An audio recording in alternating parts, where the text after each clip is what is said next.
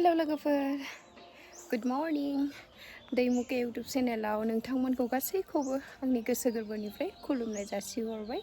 आरो गिबियावनो दिनै बैसागुनि 1 तारिख हेपि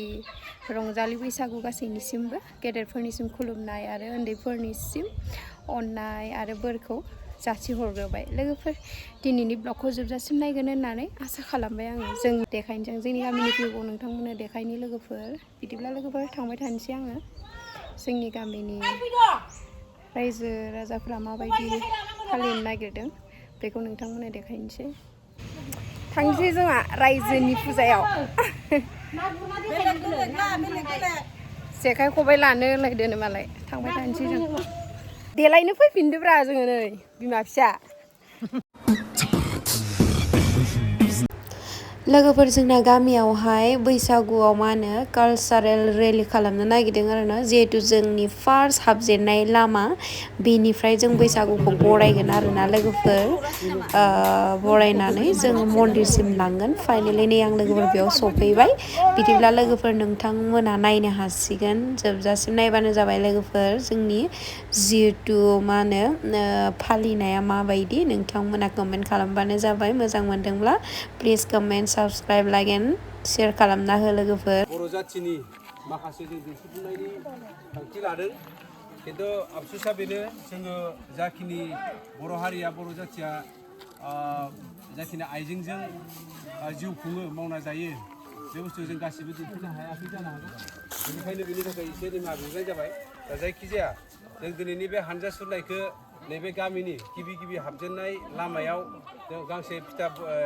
हास'नानै बेखेवनो थांखि लादों आरो बे बेखेवनो थांखि लानायाव जोंहा गामिनिनो सासे बोसोर दैमारि बिथांखौ आं दिनै बे लामाखौ बेखेवनायजों लोगोसे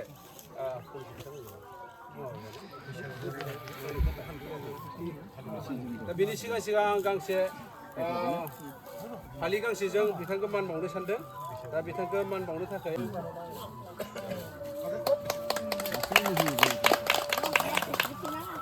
दा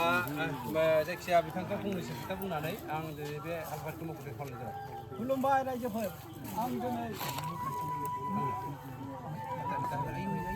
आं दिनै लावरिपारा गामिनि सासे दैदेनगिरि आं बे दैदेनगिरिया आं दिनै बे दुवारखौ बेखेवनो आखायाव लाबाय आरो दिनै बे बैसागुखौ बरायनायाव गासिबो जाफुंसार जायो आं बेखिनिखौ बुंनानै नैबेखौ आवगायबाय दे